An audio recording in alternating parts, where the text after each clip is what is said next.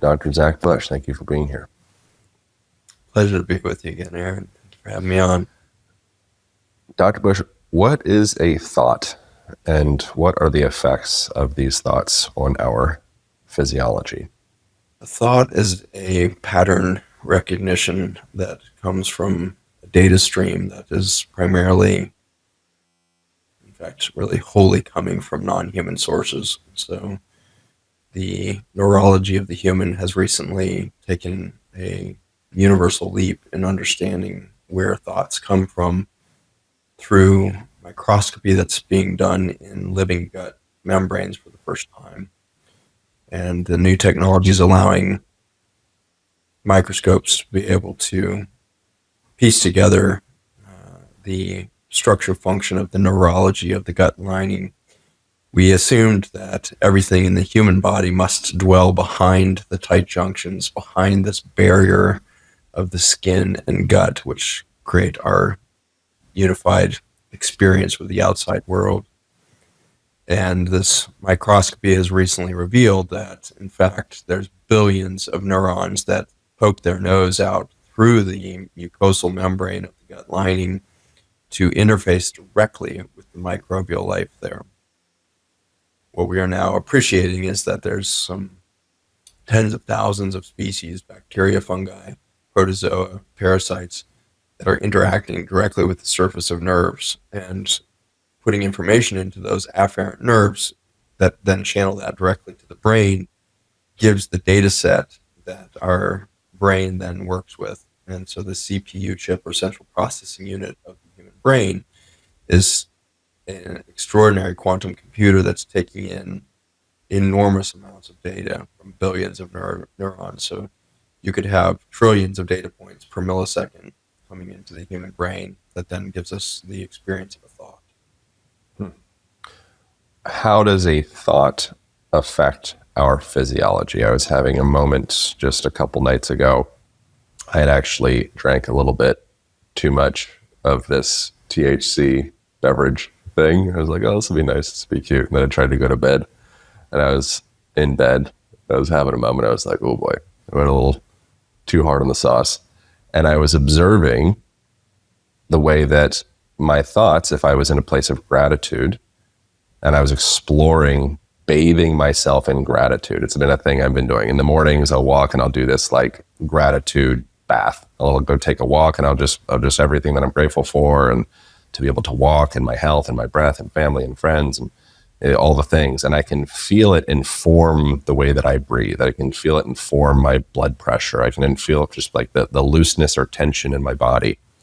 So it feels like thought it's almost like an objective form of sorts, that affects our physiology in a very material, objective way. Is there anything to that? And then the opposite when I'm thinking a thought of fear, and the opposite when I'm thinking a thought of lack, and the opposite when I'm thinking a thought of want. Oh, I want this, I want that. Want, inherent in want is lack. And so when I go into that place, I go into closure, and my muscles get tighter, and my breath gets stuck on the inhalation, and my exhales get a little bit shorter. Maybe I even forget to breathe. Like the compounding effect of thoughts, I think, are a cornerstone of our health that we're not really fully, totally aware of in Western culture. First of all, what a lovely practice. We should all be waking with a gratitude bath for sure. That's an extraordinary lesson in and of itself. Maybe we take it back to the gut membrane again with that starting point, because what you're opening up there is what indigenous wisdoms and lines of spiritual thought and philosophy have tapped into for tens of thousands of years with a lot of complexity and nuance. But ultimately, what I think is coming to mind here is the interaction again between those neurons and the microbiome that are providing you with a thought.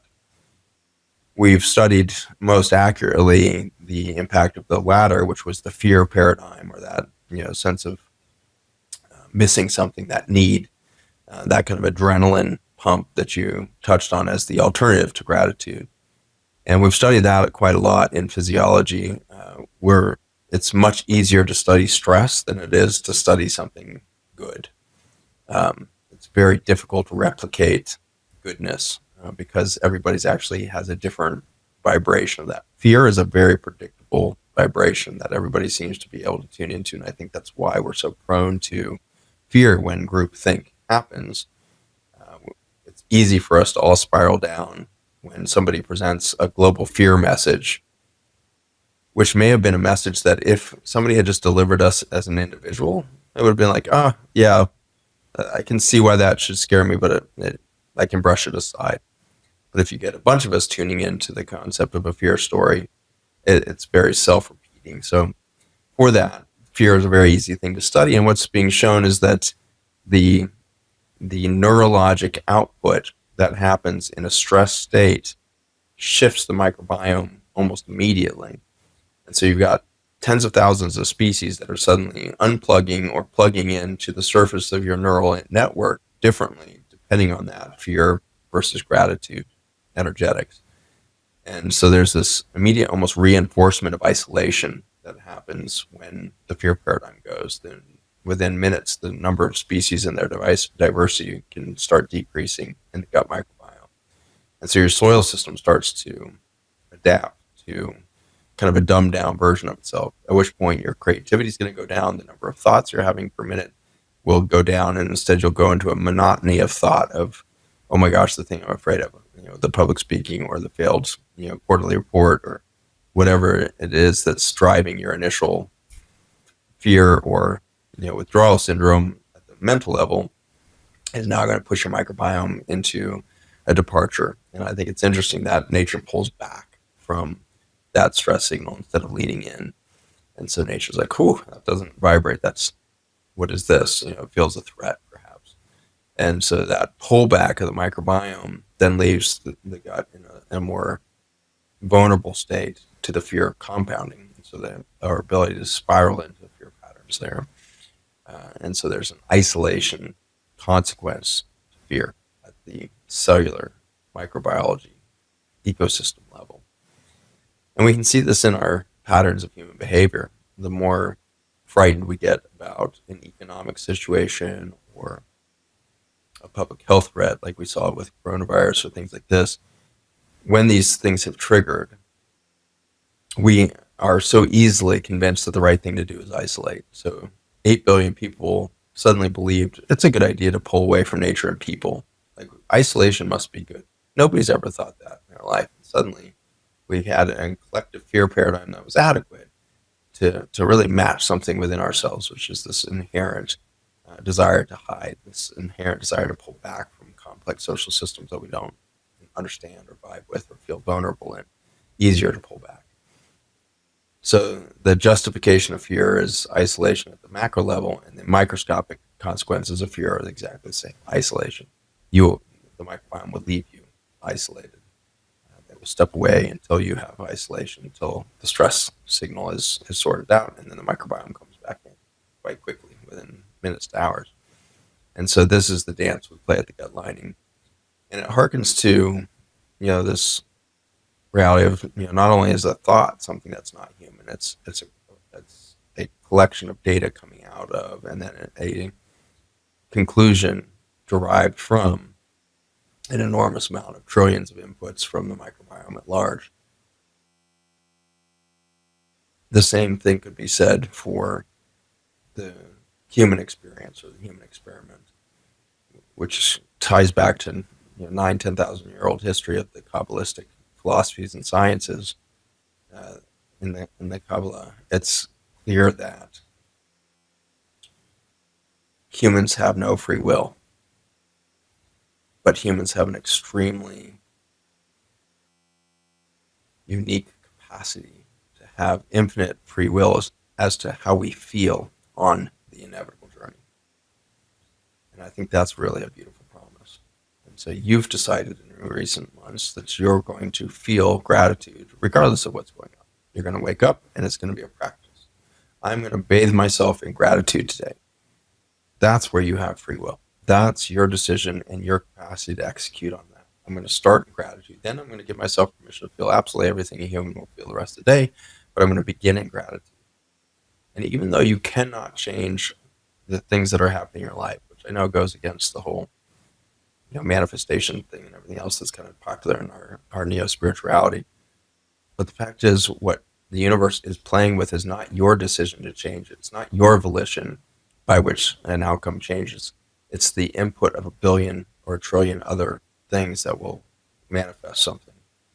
And what we're seeing is that your decision to go into gratitude, just that one free will piece that you have, which I can feel any way I want to about my human journey. You pick gratitude, that day everything starts to fall into more flow, more everything, because you are actually doing the only thing that can actually change the course of humanity, which is to be present and feel. And that be present and feel not only changes our species, but it changes the whole environment around us, not just planetarily. I think it's through the whole cosmos at large. And so this is our profound gift, is to step into the freedom to experience everything, beginning with a defined start point like gratitude or joy or pleasure. So tap into these things first thing in the morning, and then let the rest of the day come in without judgment. Your stressors are not worse than your bright gratitude moment. Fear is not worse than gratitude. It's a different frequency, and it creates a different response in the greater ecosystem around you, and that ecosystem will express your next moment with you. And so there is a beautiful positive feedback loop. While we may have no free will, we get to play with the universe at large through the way that we feel. More authentically we feel, more powerfully and more embodied we feel that feeling in, the more effect it's going to have. How much fear is healthy for a human to hold? I feel like fear, it's like get rid of the fear. We're living in fear. What's the, initial question is kind of like, what's the core root? What's the lie that we're living that's keeping us stuck in a state of fear? We're like caged animals living this lie. And so my one question is, if there was one lie that we're living that could potentially lead us to a level of liberation or freedom within ourselves that perhaps we don't even feel we deserve, what would that lie be? And how much fear is healthy to hold in the human system? The collective lie that we hold, I believe, is this abandonment disorder from nature. And so if you can date back to the oldest stories within our human storytelling, we get this story of separation from nature. Adam and Eve is the most widely known in the West, but there's versions of this in every single religious construct, pantheon of gods, etc., going back to Romans and Greeks and everything else. There's a sense that we are outside, the gods are inside, and we're trying desperately to get back into that good space, but we can't because we're sinners, we're incomplete, all of these narratives. So the abandonment from nature / God is, I believe, the original lie, the original thing that's taken us down to express an inhumane version of our species. Who or what supplanted culture with that lie?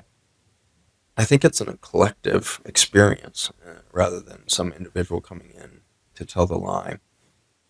The Course in Miracles goes into this in some detail. The Course in Miracles explains that the 5 senses of the human, much different than the other sensory systems of the animal kingdom or insect kingdom, etc., is uniquely designed to give us the perception that we are separate. And so we are perhaps the only species that looks out in nature and says, that's a tree, which is different than that bush, which is different than the river, all of which is radically different than me, so we must be separate. And so the 5 senses of the human are particularly beguiling to this story of separateness, or this concept of abandonment, if you will, is reinforced by our daily sensory experience. And so there's likely been just a collective experience in that. It's also possible that something sudden happened through chemical poisoning or a nuclear event or some sort of planetary ecosystem tragedy that really drove these changes 50 million years ago for the last extinction, or the last 100 years for this one. There's something that can trigger that, and I don't think it's a he, them, what, she. It's more of an experiential learning of separateness via the 5 senses of the human, and the results are devastating. And is there any utility in that separation? Something that I heard you say that I actually it kind of like, it didn't actually bring me to tears, but I actually became emotional as I was writing it down. And you were talking about murmuration, which is the pattern of birds when they're flying, flying bee, mighty ducks. It's like very beautiful.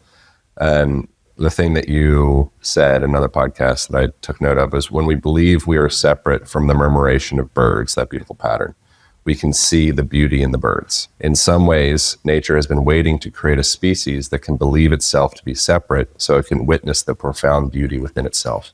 I don't know why that makes me emotional, even saying it. It should, because it's our entire purpose. It's the only way. It's the only reason nature would have created us in the end.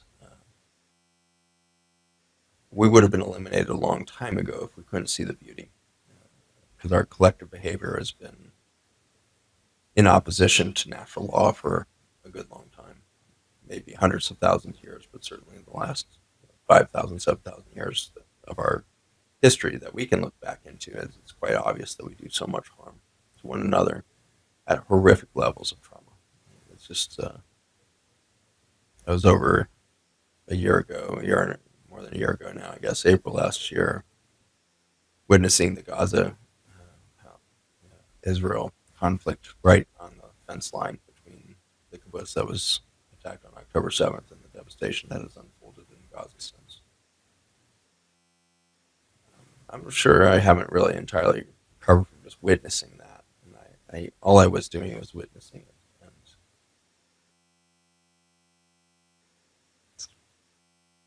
I definitely had periods of time that day where I didn't want to be human anymore because it's too dark of a thing. You can't imagine how forgiveness can come. You can't imagine how peace could ever come when the trauma is so extreme, when the terror is so extreme. So if it was just based on our behavior, we would have been wiped out long ago for the inhumanity of our species. But it's this one gift that is also the root of our wound, which is this perception of being separate from everything, was the breakthrough that nature was perhaps not even knowing it was wanting. But once it happened, once a species actually radically saw itself to be separate from nature, then our potential to see beauty in a new way was unleashed. And that is the remarkable thing about doing human is when you watch a murmuration of birds at sunset right now here outside of Cape Town, about an hour north, and what's something called the Elgin Valley here. And there's daylilies blooming out here, and the orange of these daylilies against the deep green that happens in these winter months in this greater area, and these mountain ranges that just seem to defy the cosmos by the boldness and extremity of the beauty that they show us. And there's a moon coming up over the far mountain. And so you put all that together, and there's a flock of birds flying over right now that is not paying attention to any of that. The birds are not looking at any of the beauty I can see. And I believe that's because they don't think they're separate.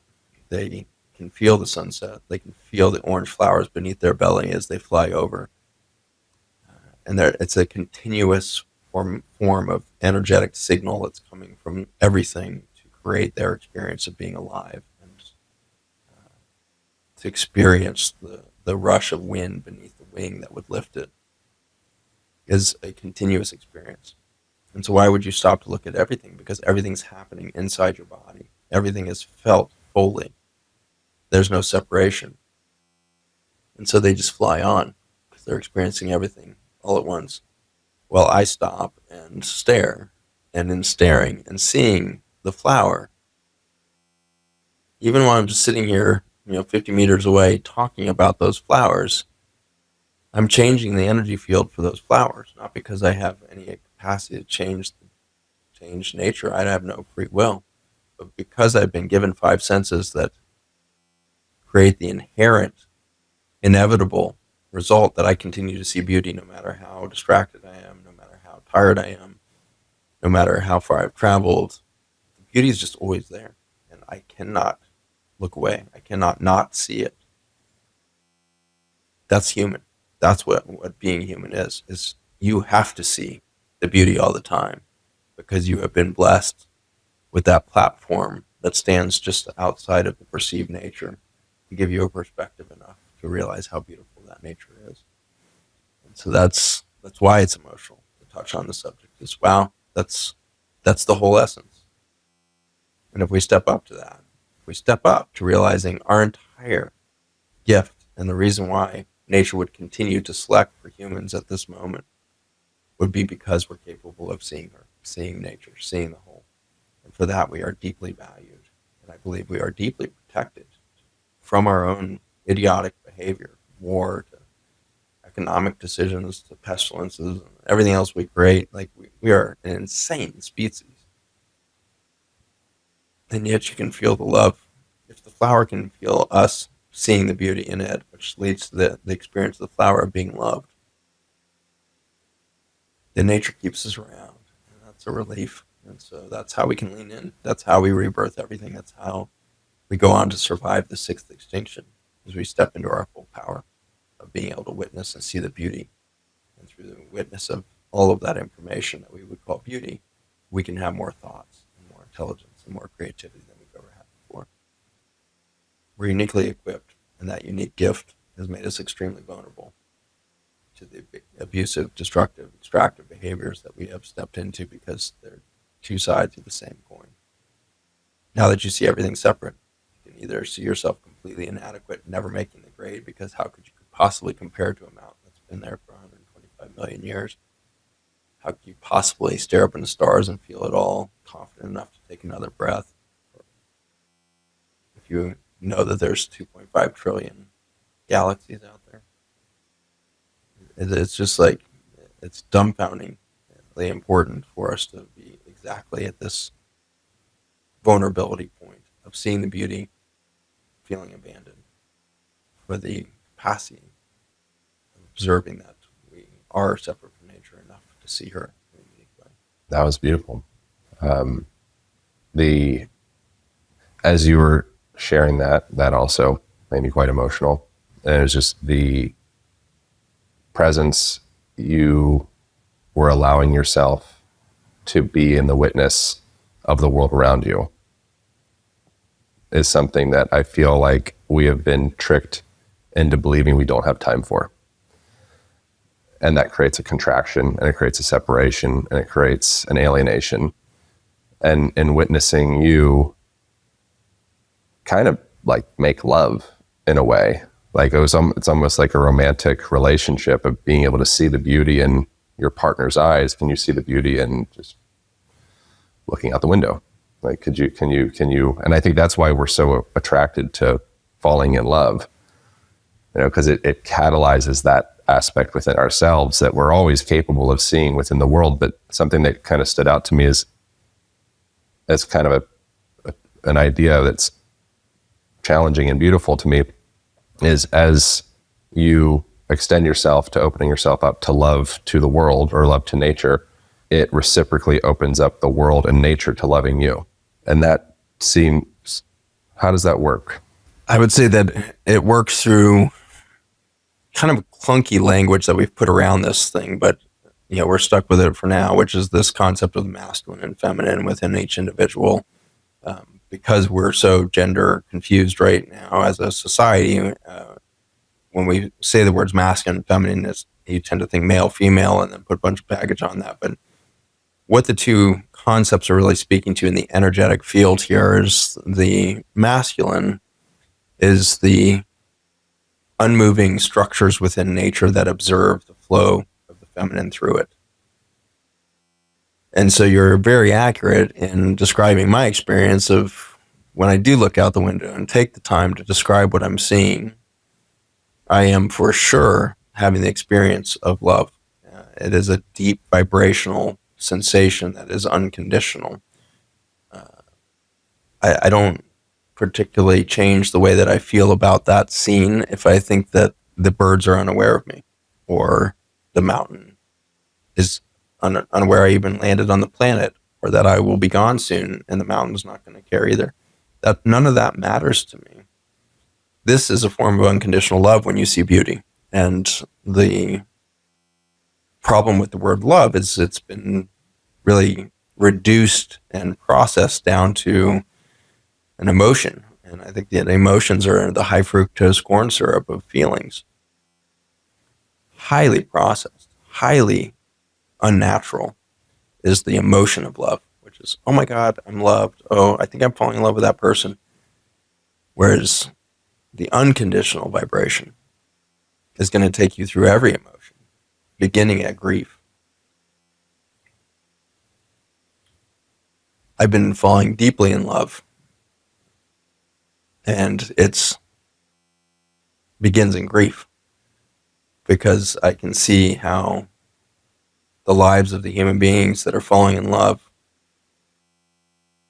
are probably unable to stay in parallel for any period of time, and the gaps between connections are long.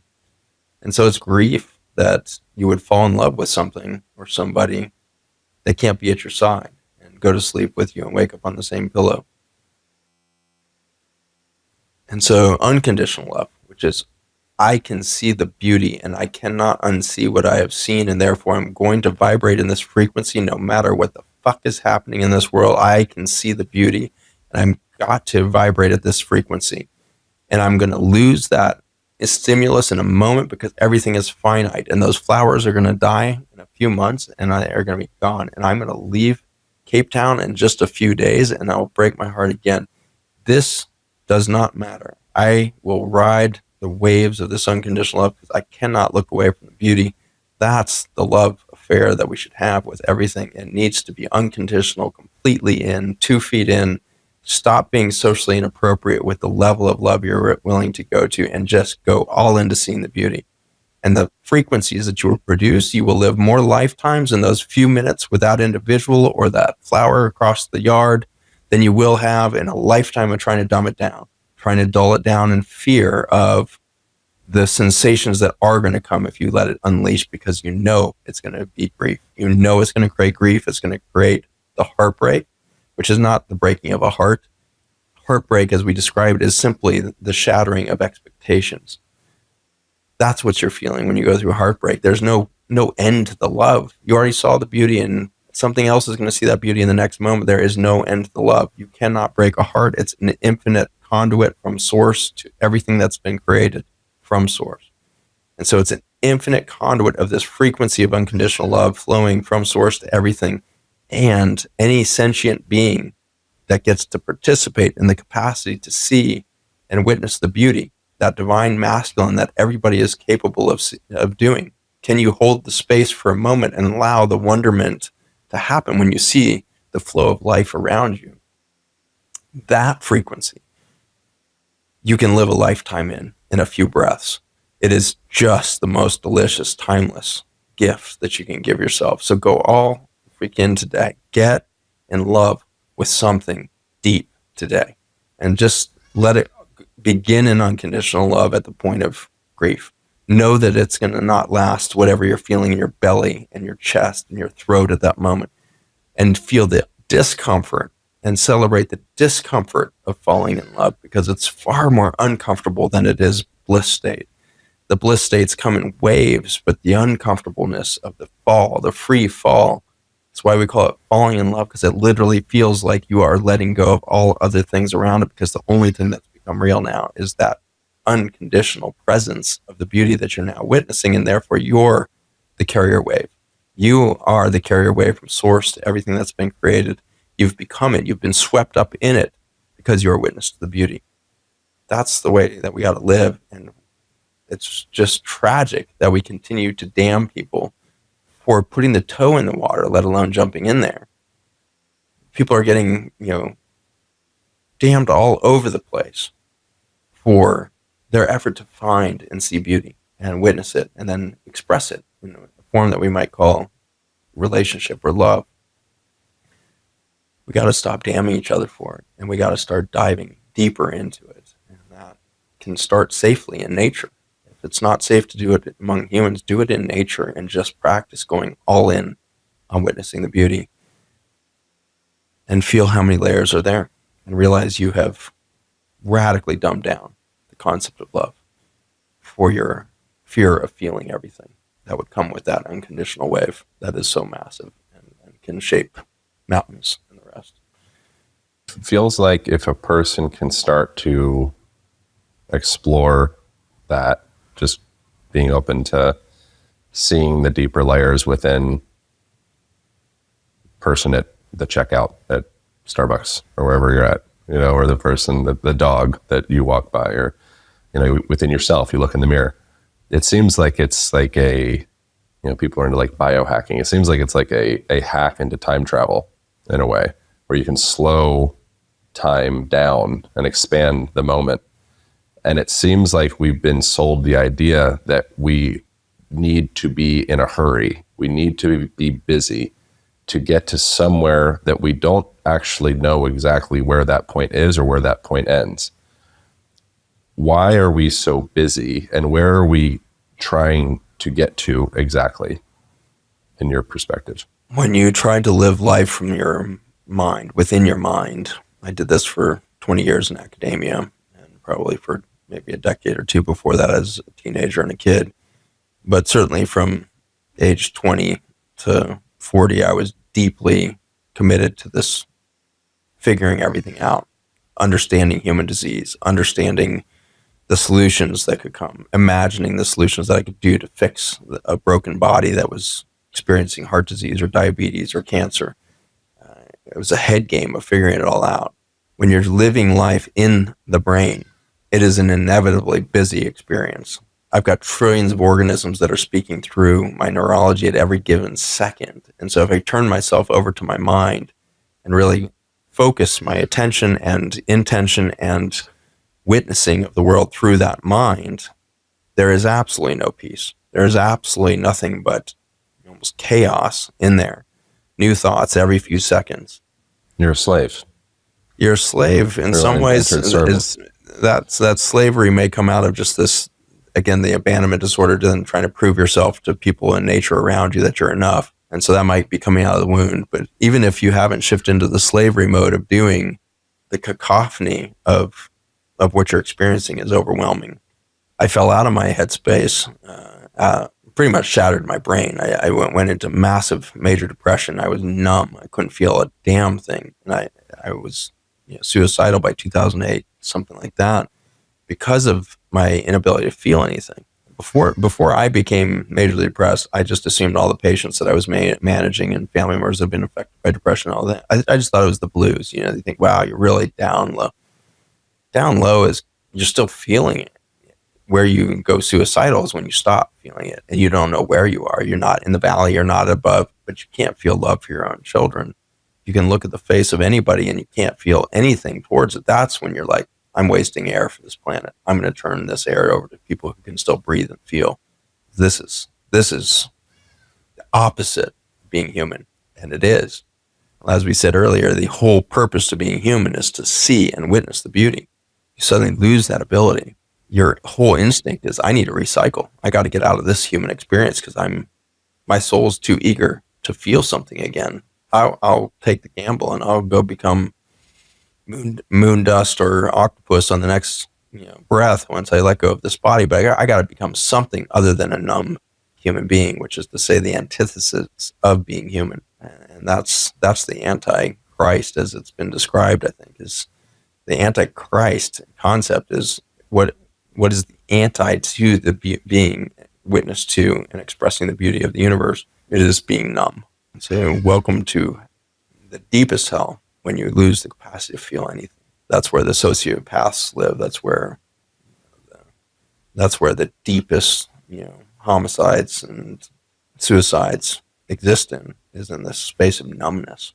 I don't even think it's hate at that point. I think maybe people can experience hate on their way to it, but I think the most violent behaviors that we see it comes out of people that have now become numb, and they're just trying to do something extreme to feel something.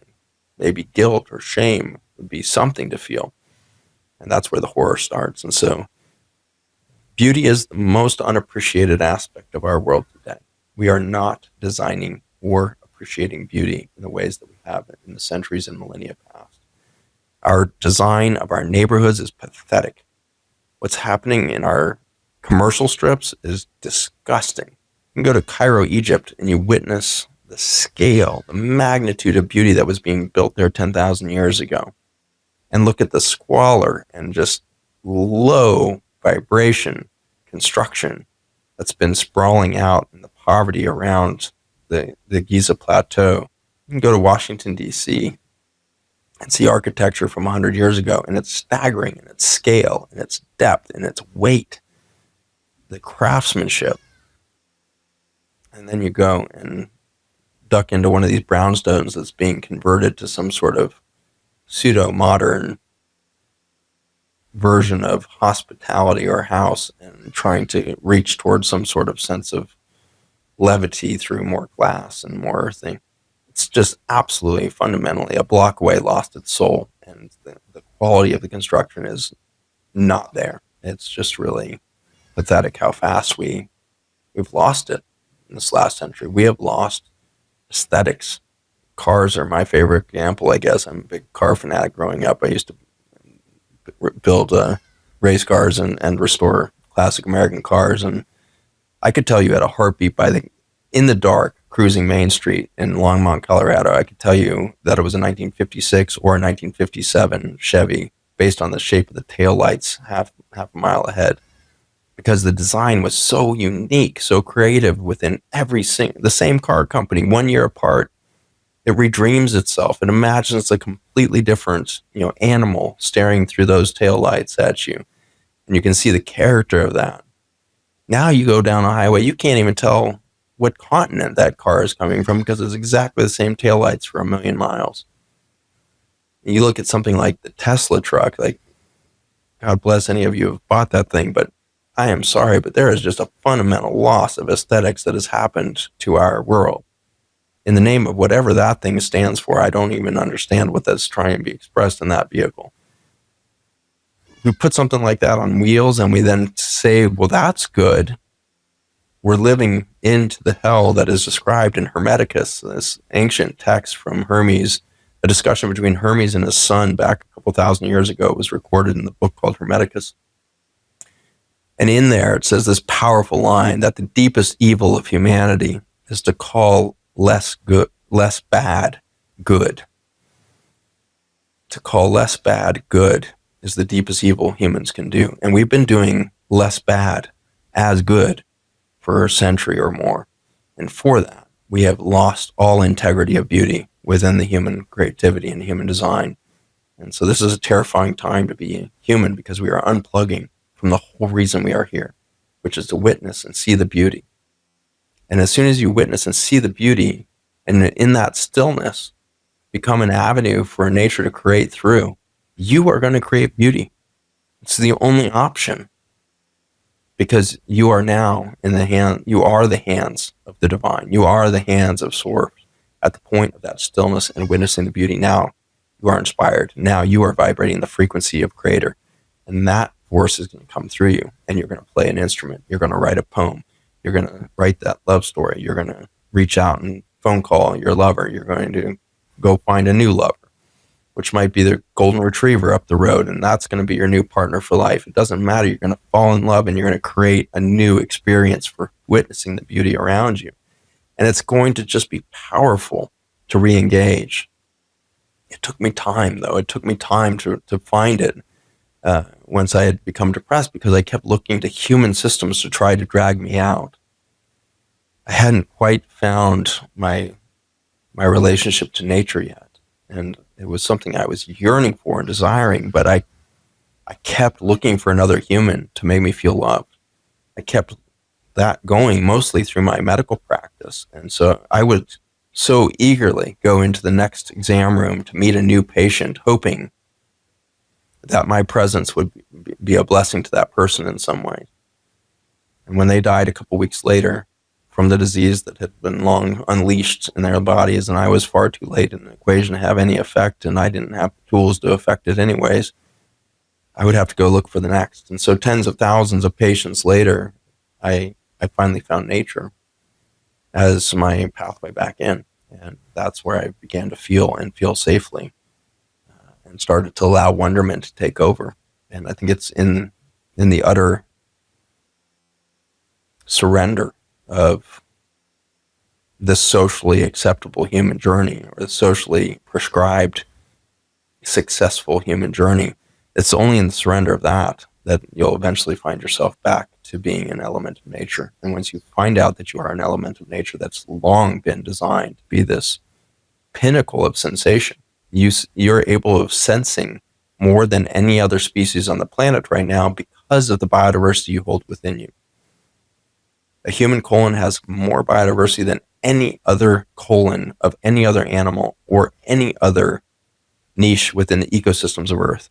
The human colon is the most biodiverse system in the entire planet, and therefore it is the most sentient, intelligent, creative force of nature and biology as we know it. We need to step into that birthright. We need to step into this passionate way of living life again. We've got to get in tune. And the beginning of it is seeing the beauty that we just saw. It's the daylilies against the green, against the blue sky, with the birds flying over and the mountains behind, and the moon starting to come up. That's the beginning of the process of plugging back in, but then you have to flip it around. Flip the objective on that microscope of beauty and let nature see you. Let those daylilies feel you. Let the birds sense you in their murmuration at sunset as they go into these spectacular clouds of starlings that are starting to come out of the trees here. As they swoop around and they're in this constant chatter of must be some sort of report of all the beauty they've seen in a day or felt in a day. But let that murmuration feel you, and now you're out of depression. That's your welcome back of you are felt, you are seen. Stop putting that on your spouse. Stop expecting your boyfriend to feel you fully or see you or understand you. That is all of nature craving to taste you, touch you, feel you, absorb you. And she's going to do it. She's going to absorb every single one of us right back into her soil systems when we are done. When we finally let go of these human bodies, she will absorb every molecule, every atom that has ever been you, will immediately be transmuted into the next version of beauty on this planet. And so you are about to become nature itself. You are going to become those daylilies. You're going to become the breath for those birds as they wing through the air. You're going to become the minerals that will inform the crystalline structures of those distant mountains. You're headed that way again, and you came from there. Your somatic experience of being human is an infinite soul now having a finite experience of Mother Earth, exposed to such intelligence through all of the diverse streams of information coming from so many parts of her ecosystem, hundreds of thousands of species, trillions and trillions of organisms communicating through your gut microbiome into your neurology such that you would have a thought and start to imagine yourself back into the creative force of nature. It's such a powerful thing. And so get out in nature, observe the beauty, and let her see the beauty in you. How important is play and silliness and imagination and ridiculousness and just like a lot of this? Hearing you speak is incredibly moving, and I kind of go into a trance, and it feels very true in like an incredibly deep way. And then there's another part of, I think, coming out of the depth of conversation and coming into just being a silly bitch, I think is also incredibly profound. And like, there's another layer, I think, of it's like we go simplicity to complexity to get back to simplicity again. And then simplicity is like higher scale, higher level intelligence. Like, how important is just being a silly bitch? Yeah, I mean, it's actually, the question is kind of marvelous because it's such an ironic question. How important is not being serious, And so I like the framework of the question because it really gets at something profound, which is, we are going to be going into a situation soon as humans where we understand us in the context of a much greater whole. And as we start to peel back the blinders on this kind of, extremely isolated version of ourselves, or isolated belief system of who we are and what we're being, we're going to get to see the cosmic joke of the human journey. And I think that there's an intensity that runs in me for myself. But as soon as that intense, authentic expression of me gets to see somebody else, then I'm just laughing. And so I think that the humor, at least for me, is the obvious and necessary and only way to express things when we are then together. And so the social experience of the intense, authentic feeling of all of the wonderment of nature delightfully expresses itself as that levity, that almost frivolous feeling of the hilarity of the human condition. Nothing that's happening right now is important. Is a strange thing to experience on that flip side, because there is infinite time in an infinite universe, in an infinite multiverse. It's like the fragment of space-time that we're taking up here is so infinitesimally small that nothing's important here, but everything is delicious here. And I think that's where we have to get to, is that's where the hilarity comes in, and that's where, sitting here with one of the most incredible indigenous minds in the world. And when I mean indigenous, we're all indigenous, but an indigenous mind or culture is something that now understands itself within the context of nature. And my dear friend here that I'm staying with in the Cape Town area is one of the most deeply meditated humans on the planet, and has spanned the cosmos to the microscopic, to the nanoparticle environment within his awareness and within his sense of beauty. And all we do when we try to talk about something is end up laughing hysterically, because we realize that we had nearly the same conversation 2 years ago and we're still stumbling through some iteration of it. Or we laugh at the fact that we had never thought of that, and it's the most obvious, simple thing that's been sitting in front of us for a million years. So even when we're trying to be intense and trying to be, let me give you the most important information, you can't help but laugh once you've shared it. Once it's in the space between two authentic beings, you're going to have such levity. And that's where I think sensuality becomes beautiful, is when it has the levity. Trying to take something as intense as, a first dinner experience with somebody, or trying to take sex seriously, for example, like that's your pathway to a dysfunctional sex life, probably, but B, kind of a living hell, where you, if anything, you're supposed to be feeling everything in sexuality or sensuality. And if you've taken it out of the context of authentic presence and there is no laughter in it, then it's anything but its full potential. And so it should feel like animals out in the wild, which are in constant state of intense appreciation and awareness of its environment and its role in it, and the constant giving economy of nature back to a keystone being that's now collected so much energy in its body that can be a beaver or a wolf or a lion or an elephant. These creatures are so fully present that nature is just sweeping resources to power their journey more potently. And so that sweeping power and presence results in that wildlife as play all of the time. And so it goes from the intensity of the hunt as a predator is blessed with the gift of a prey. It is really the prey that's ascending through the predator. And so it's this ascension, gifting process of the body into the next, one body into the next, no sense of death as an endpoint, only death as an ascension process back towards the highest vibrations of source. And so that from that moment to the moment where all of the lion cubs are tumbling all over each other and just can't stop playing, you watch a monkey troop and it's just constant antics. There's always 5 troublemakers in the group and they're poking each other, and the kids will literally run down the specific branch so that they use the head of their uncle as the pivot point for their journey, and they bounce off the head of their uncle. And it's just this ludicrous level of play that's happening there. And I think for me, a lot of my play when I go internal, it's not expressed the same way. For me, it expresses itself in music. That's my silly side, is like I suddenly have this capacity to have no sense of import as to what my fingers do on a keyboard or on the fretboard of a guitar. let it just play itself out. Let it express itself.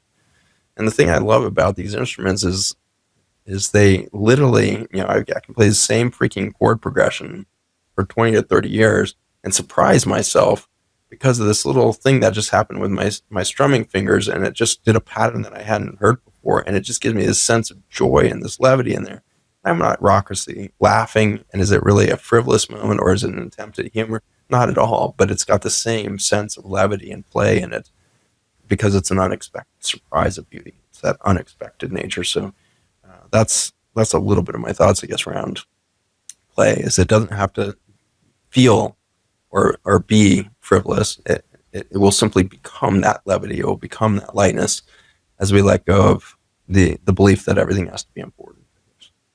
Yeah, I feel like a lot of folks have and I'm even observing this arise within myself as a fairly young fella, but a lot of folks have a fear or resistance around the concept of aging, and I believe a person can age quite gracefully if they can begin to release some of the baggage and the weight that they are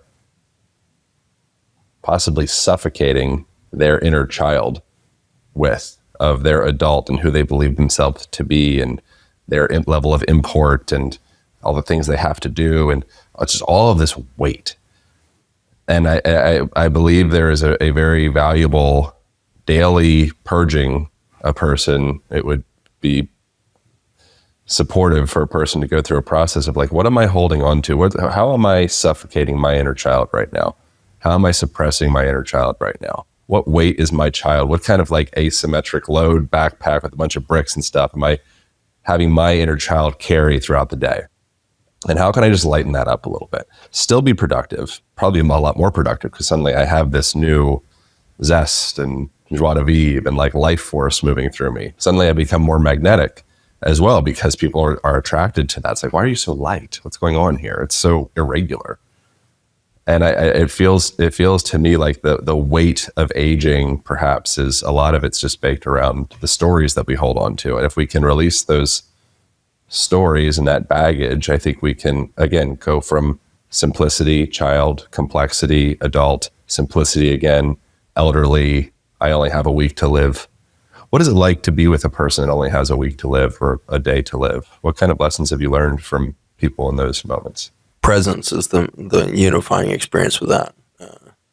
The moment that somebody's given like 3 weeks or 3 months to live, they become extremely present. And one would probably reasonably expect that that person is going to now like grab the phone, call everybody they've ever loved, tell them how much they love, and have their favorite meals and run around having their best experiences and really fill that time up. And it's always quite the opposite. I mean, maybe there's a few exceptions to this, but I can't put my finger on a single one of them. And I was admitting 80 patients a week to die on my hospice service for 4 years. So there's thousands and thousands of deaths that I sat with and witnessed in those times. And I didn't see it happen. I didn't see anybody rushing around for any kind of experience or communication. What was happening over and over again was this extraordinary stillness and presence coming into everything. They were present for the pain that they were suffering when they were moved in bed. They were present for the joy of seeing a grandchild climb up on the bed for a moment and hold their hand. They had so much awareness of their breath in and out suddenly. They had such poignant awareness of the harm that their words had done to their children over decades of estranged, stressed relationship. And so they stopped using those words. And eventually they might say, "I'm so sorry. I love you so much," to a child. And you feel ripples in space-time when that simple delivery happens that will deconstruct decades, sometimes a century of stories of brokenness and disconnect and lack of love and a lack of care can dissolve in a moment's time. And then what's lived there feels like forever. And so I think that that's what the instinct of the human is when it is finally given a prognosis of a few weeks to live, is it becomes really aware that the way to make that 3 weeks feel like 30 years is to go into more stillness, into more sense of heightened awareness of the highs and the lows and everything in between. And that's a beautiful journey to witness. And it's something that I think speaks to this phenomenon that we see with authenticity. And so I think that that might be the right target rather than thinking of the intensity of falling in love with flowers across the yard or the hilarity and play that we want to bring in and the divine comedy of everything. I think the word authenticity might get you to that, to appreciate that you'll do the spectrum in any given day. And that is the highest frequency thing that humans seem to do. This interesting science that came out of this Faraday cage experiment, there was the premise that humans emit an electromagnetic frequency that would be measurable when they have an emotion was pretty well established. We're electrical beings that are running on massive amounts of energy. I'm putting out massive amounts of electromagnetic field is generated from my particle state appearing and disappearing every millionth of a second in the quantum field, and all this thing is happening. So I'm emitting all this energy, and I can change the shape and form of that energetic discharge by the ways in which I'm feeling or expressing myself. So they wanted to measure those bands really carefully, and so they put humans in a Faraday cage, which is basically an electrical grid of wires that are grounded so that it blocks all incoming external sources of electromagnetic field or radiation, so that you can measure just what's coming from what's inside the cage. And so they had these extremely sensitive electromagnetic sensors throughout the cage. They'd put a person in there, and then they'd start asking some probing questions into their childhood or life and get the person telling stories. And they were expecting like that little report or the story of when they fell in love with their spouse or when their first child was born, that this would be the highest frequencies that would be generated by the human body. And they were impressive. These really high spikes that could last for seconds, not just milliseconds, but really prolonged discharges from the human body in these moments where we were feeling the memory of love or joy in these moments of real authentic experience. But there was these bursts of energy that were coming in these interviews at unexpected times and oftentimes seemingly contrary emotional states. And so sometimes it was an anger that was coming out of the person, and this massive spike of energy would come out, or it would be, this story of, their first puppy they got, and massive discharge would come off. What they eventually figured out in a series of experiments was that it was authentic feeling was 40 times more generative than just the steady production of the vibration of love or joy. Authenticity in whatever it's expressing is the highest vibration thing that humans can do. And so we need to lose judgment on, is it good to be in levity and laughter, or is it good to be serious? Is it bad to be serious? Does that mean you're too distracted from the levity of nature and the divine and indigenous wisdom if you're not laughing enough? If you're authentically feeling everything, you're going to be discharging these super high frequency bursts that I think can cure the disease of our inhumanity and really tie us back into nature in a potent way. So learning to speak and feel and sing and play authentically will get us to the goal that we're getting at. And so don't have too much judgment on yourself as to whether you're laughing enough or not laughing enough. If you feel inspired to laugh more, for goodness sake, go laugh it up, get as light as you can. But don't have judgment on it as being superior to something else. Be authentic in what you're feeling. And this will keep you out of the low vibration state of being performative.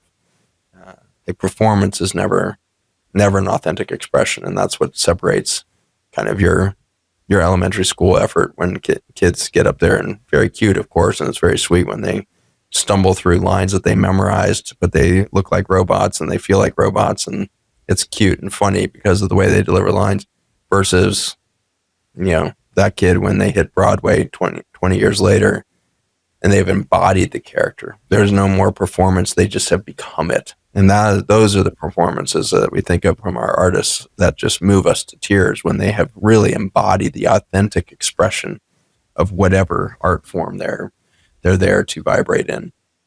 And so that's where I want to be as a human being, is I want to come into my most extreme embodiment of everything I am at that moment, so that I play my character perfectly.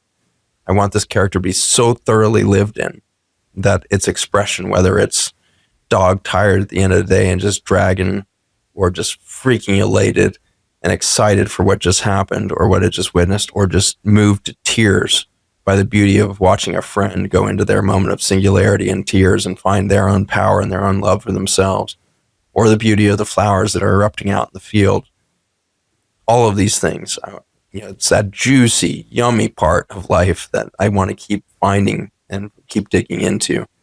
And I find that it's much easier to do that oftentimes with the interplay between solo experience, feeling the whole masculine feminine dance within myself so I can witness the beauty and the flow of the feminine through me, the creation force through me, and then in short order share that with an individual or a group, so that we're reinforcing these vibrations within another aspect of ourselves, which is another human. And seeing it in that mirror will give you even a deeper sense of the multifaceted, multi-layered experience of being that felt being, that somatic experience of human feeling the embodiment of a soul within the natural elements of the periodic chart of Earth. We are earthlings in the sense that we don't come from here, but we become here. We become these elements in this moment that we're human. And that's lovely, lovely experience. And it's something that can be felt on all aspects of your, from your deep tears and sense of tragic grief, all the way to that elated hilarity and ecstatic state of play. So go do it all. Do it authentically.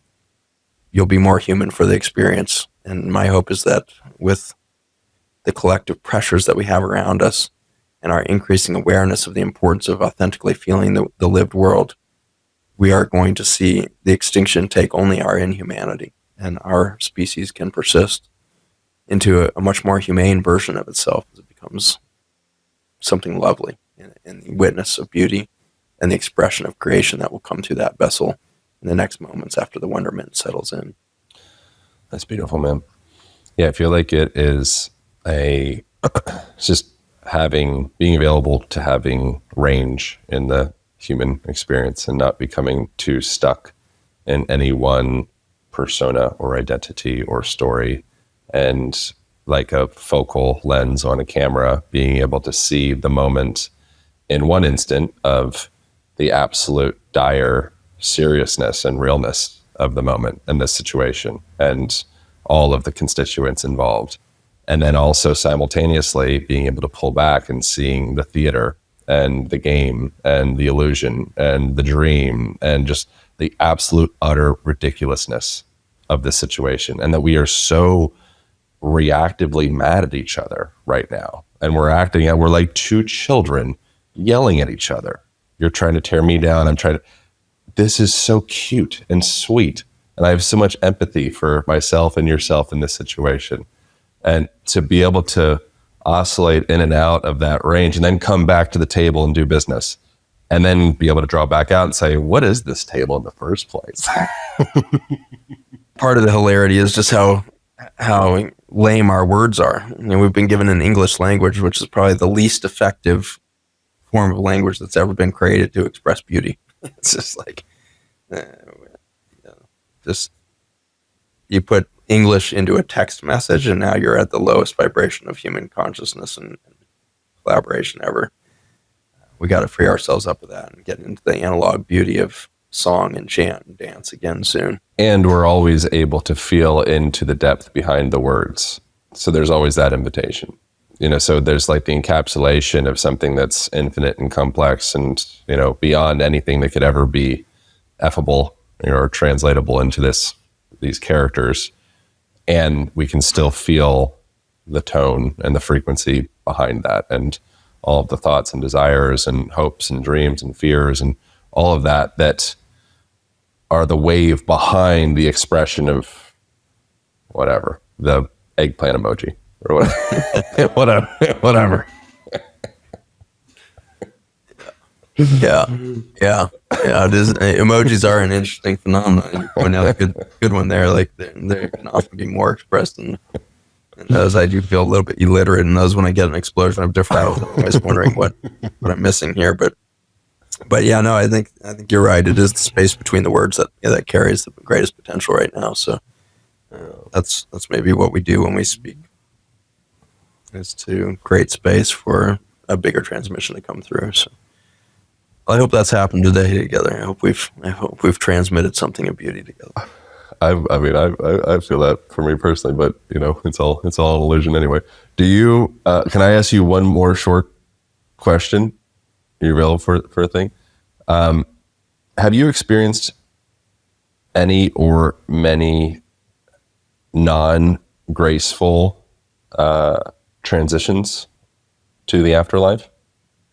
Or is it usually pretty, everything comes into the alignment and we come into gratitude and I say my words? Is there people kicking and screaming and saying, I don't want to get out of this body right now, and they go against their will?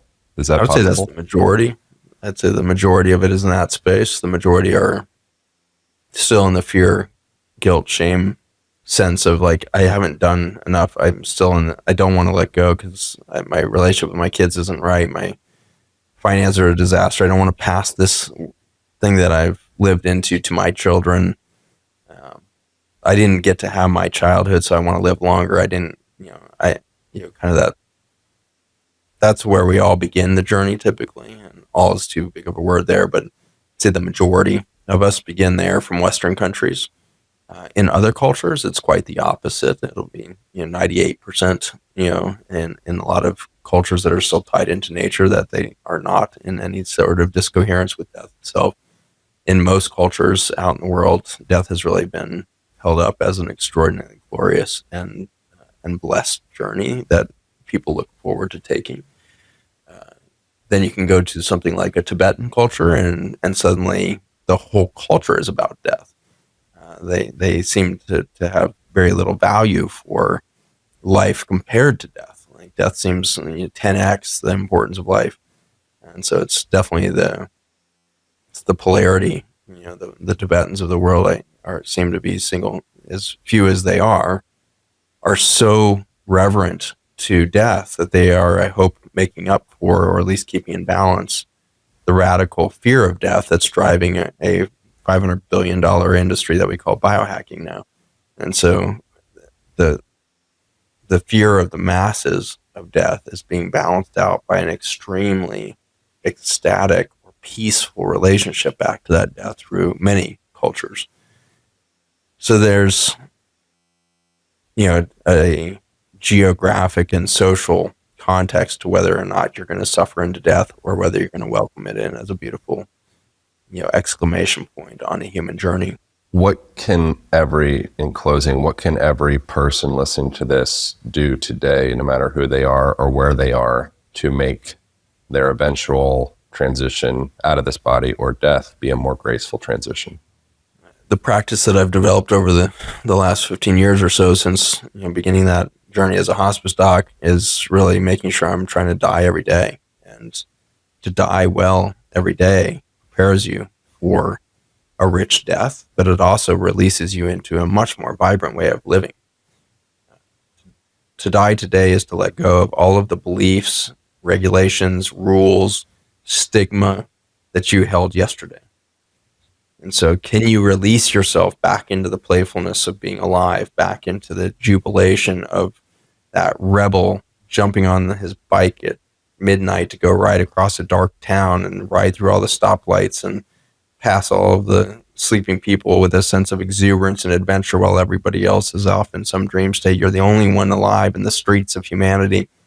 That level of vibration there is something that I yearn for all of us, is to break out of it. And to get there, we've got to die every day. And so you got to let go of everything and mimic nature. Nature spends all of this effort to put all these leaves up in these canopies of trees that I'm looking up into this afternoon, and the magnitude of the energy demands on the soil to get all of those nutrients up to the tree branches where they would then sprout into these massive leaves and then be decorated by flowers, flower bouquets that are 80 feet tall there in the trees.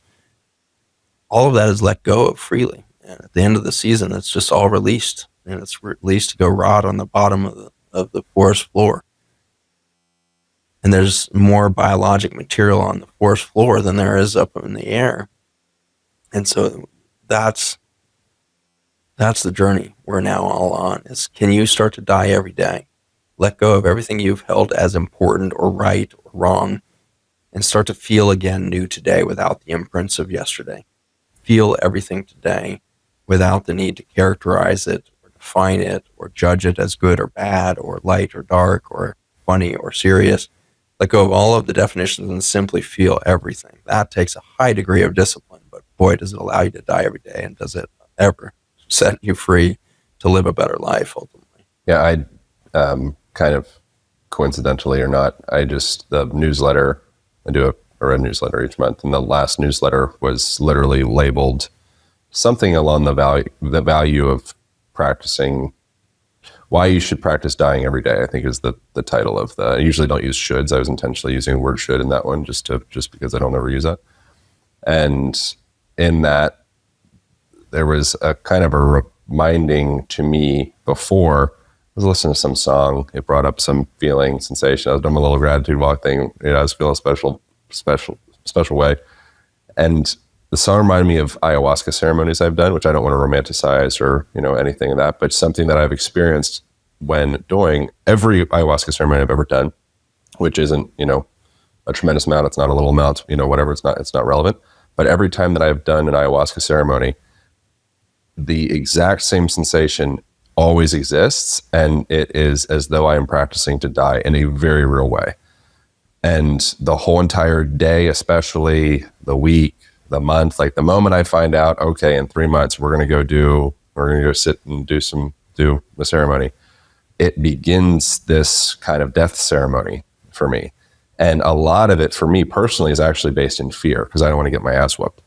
And so for me, I'm like, where am I not humble? What attachments am I holding on to? Where am I clinging? Where have I been dishonest?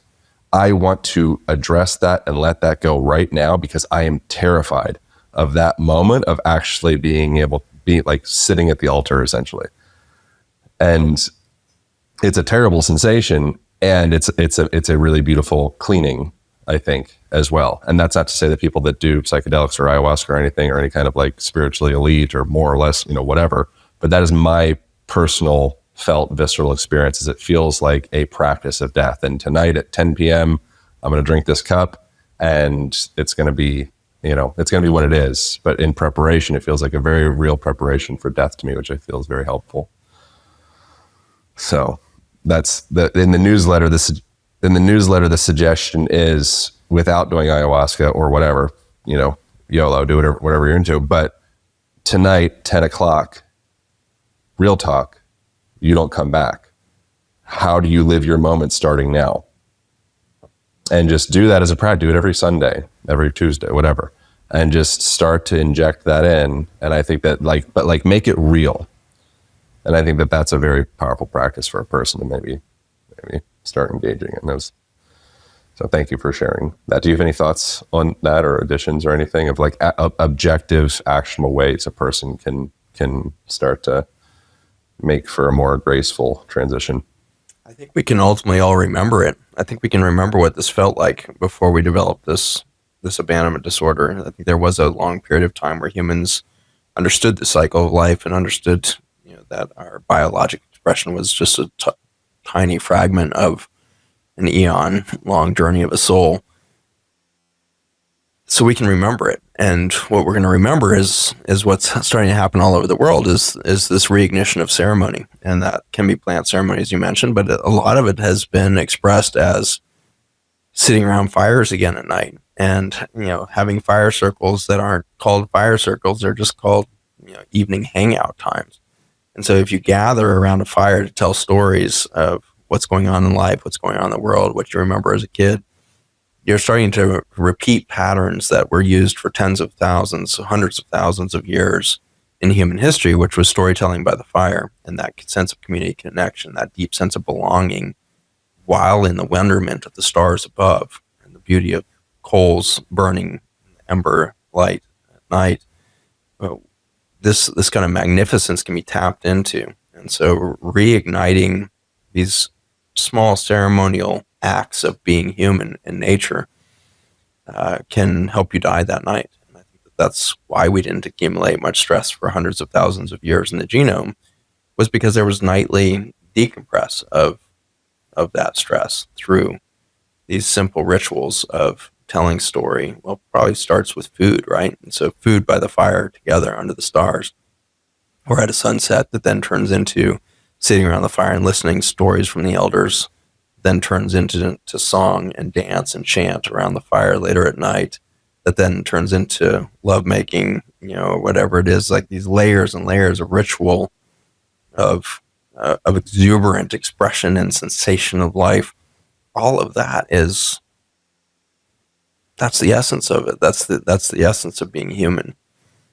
And we've lived through a couple hundred years of, thousands of years maybe, of these controlled settings where all of that was taken away from us. And it was taken away from us through stigma and social stigma.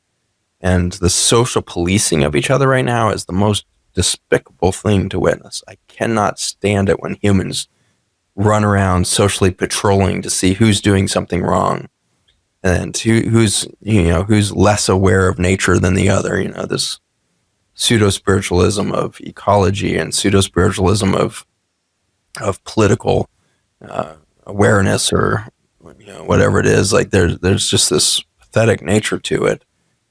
Meanwhile, there's whole countries that are reversing that pattern. Saudi Arabia has done a phenomenal job the last couple of years with the biggest social revolution that happened without the shot of a gun.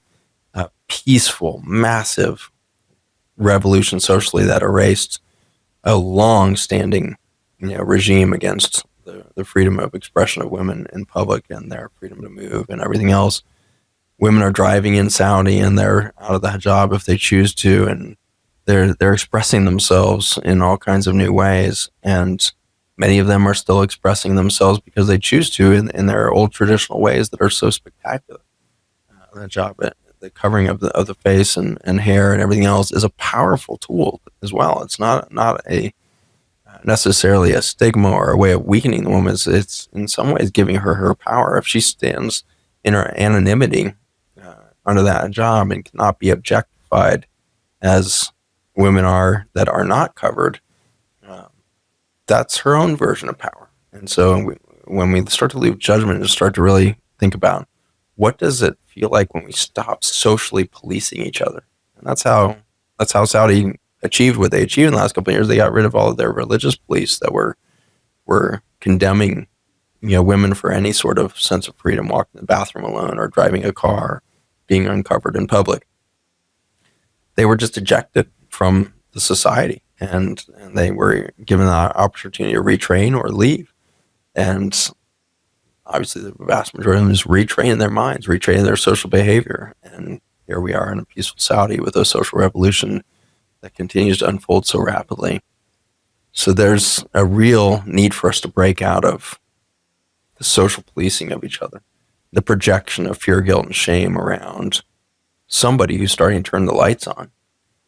And I see this happen very frequently to podcasters.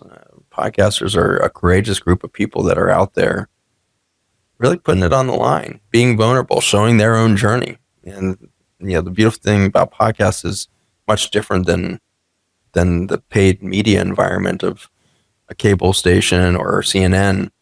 You expect CNN anchors to still be claiming the same degree of truth and reporting the same political perspective year on year. Not on a podcast. The expectation with a podcast audience is I'm going to get to watch this person transform and be transformed over and over again through the conversations that this person is holding with a vast variety of humans. And it's going to be in that human exploration. I'm going to get to see this person change. Those are the podcasts that really, I think, ride hard and long in the social, ripple effects of this new form of medium. And so that's a beautiful thing. But the shadow of that is I see much of the community that I've been trying to reach out to and speak to over the years attacking people for changing their opinion or changing their position. And that kind of social policing of it needs to be let go of immediately. When people are trying to let go of the patterns of behavior that have been here for thousands of years and are courageous enough to stick their head out and say, I think we could do it this way. And then something happens and they decide, well, you know what, I'm going to try this other way. That one didn't work. And we damn them for that, or we snigger behind their backs, or we try to damn their character. That pathetic behavior needs to go away quickly, because I just am convinced that the souls that showed up right now are going to continue, thank God, to continue to force their humans to explore all the new opportunities and possibilities of human expression before we go extinct. There's a deep celebration of each of you that have launched a podcast. I have not launched my own podcast for a million reasons, but part of me wonders, is it because maybe I'm not ready to settle down and show myself every week on the journey. But I guess I've had the mirror image of that journey, which is I've been guesting on 1,000 podcasts. But that vulnerability of each of you that anchor something and show up every week to ask the questions and then reflect it back, we're getting to watch you guys transform. And there's nothing more fascinating for humans. And that's why podcasts are absorbing billions of hours of human attention every week now, is because it is the most riveting thing. Wow, here's a human. It's coming into its curiosity, and it's being changed by what it sees and touches and learns. And then it asks another question, and that question is so much deeper, and it takes me in. And then they just shared what they learned from the thing that they heard 2 weeks ago and a moment ago. And that's what I experienced when I heard that same podcast 2 weeks ago. So we're getting this incredible mirror through all of you that are doing this. So Aaron, congratulations.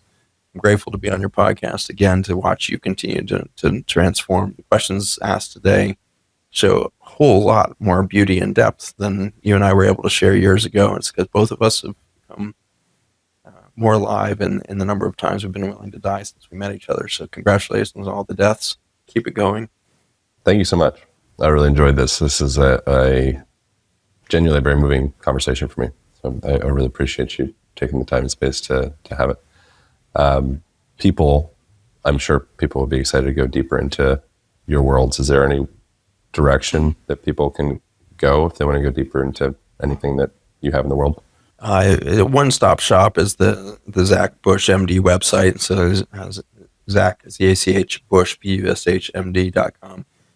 That's kind of a portal into absolutely everything that I'm doing, from the companies I run, the nonprofits that I get to support, and the projects that are emerging from the radical new science around soil science and ion, to the journey of intrinsic health, which is our immersive health experience, and tapping into that inner core of intrinsic health that runs within you, all the way to some of the offerings that we now have with immersive experiences in beautiful places around the world where we can conjoin to really elevate this experience of witnessing beauty. So lots of ways to tap in, lots of experiences online, in person, etc., to join there. So ZachBushMD.com and ZachBushMD will find you social media platforms as well. So look forward to connecting with all of you and wishing you the most beautiful experience tonight as you dive into nature. Thank you, brother. I appreciate you. Thank you all for tuning in.